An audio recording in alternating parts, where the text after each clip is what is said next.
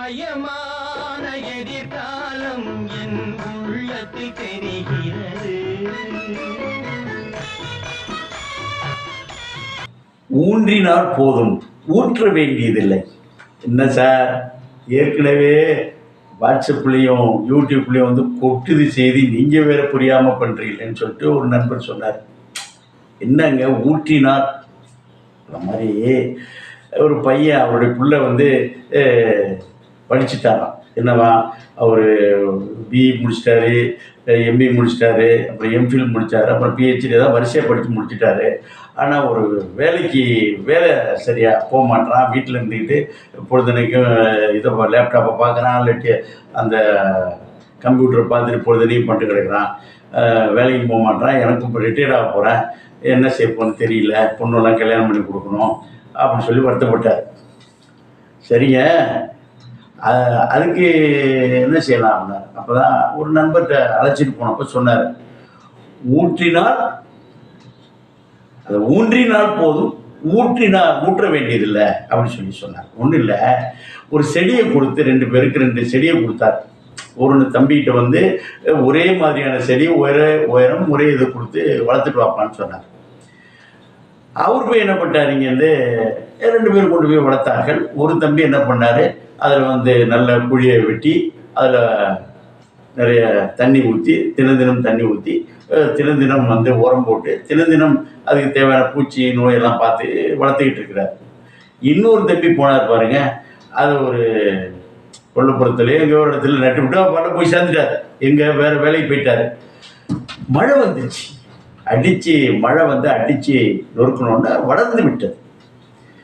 ஆனால் என்னாச்சு, அந்த தண்ணி ஊற்றி வளர்த்தார் பாருங்க, அந்த தண்ணி ஊற்றி இந்த உரம் போட்டு பூச்சி மருந்து போட்டு அந்த வளர்த்தார் பாருங்க, கண்காணிப்பாக வளர்த்தார்ல, வளர்த்தோன்னா அந்த செடி வந்து சடசன்னு வளர்ந்துருக்கு. அது இந்த மழையில் முறிஞ்சு கீழே விழுந்து போயிடுச்சு. இந்த வெளியில் ஒரு தம்பி நட்டுட்டு போனார் பாருங்க, அந்த செடி வந்து அந்த மழை புயல் எல்லாத்தையுமே நின்றுச்சு.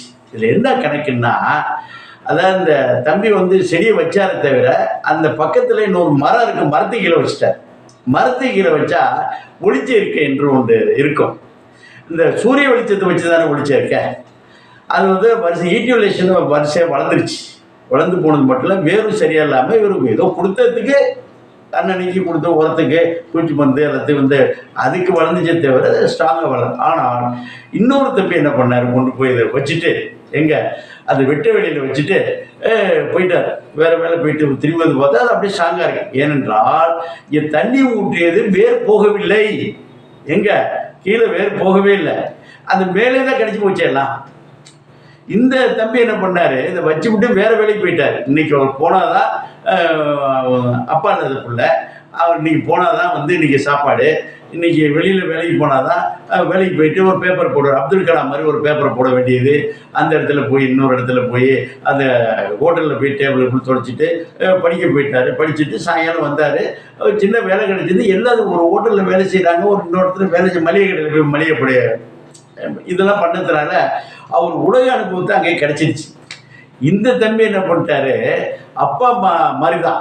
அப்பா அம்மா வந்து 2 பேரும் வேலைக்கு போகிறவர்கள், பணங்காசுக்கு பிரச்சனை இல்லை, சாப்பாட்டுக்கு பிரச்சனை இல்லை, படிப்புக்கு பிரச்சனை இல்லை. ஹையஸ்ட் கான்வென்ட்டில் படித்தார். ஆனால் ஹையஸ்ட் கான்வென்ட்டில் படிக்கிறார், பிஇ படிக்கிறார், எம்ஏ படிக்கிறார், எல்லாம் படிக்கிறார். இந்த என்ட்ரன்ஸ் எல்லாம் உள்ளாட்டினா கூட நேரடியாக படித்து வந்து விட்டார். ஆனால் வேலைக்கு தேவையான சமயோசிதமும் அவருக்கு எதிர்பார்க்கக்கூடிய மேட்டர்கள் இல்லை. இதுதான் அதனுடைய வாழ்க்கையோட தத்துவம்.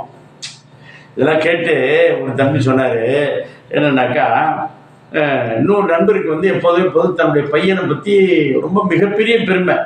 என்னன்னாக்கா, அவர் எந்த அளவுக்கு ஒரு பெருமை பண்ணிக்கிட்டாருன்னா, அதில் லாஜிக் இருக்கான்னு பார்க்காம பொய்யை வேறு சொல்கிறது, இல்லாமல் சொல்லி தன்னுடைய பையனுடைய பெருமையை பற்றி சொல்கிறது. எங்கள் சென்னையில் வந்திருந்தார்.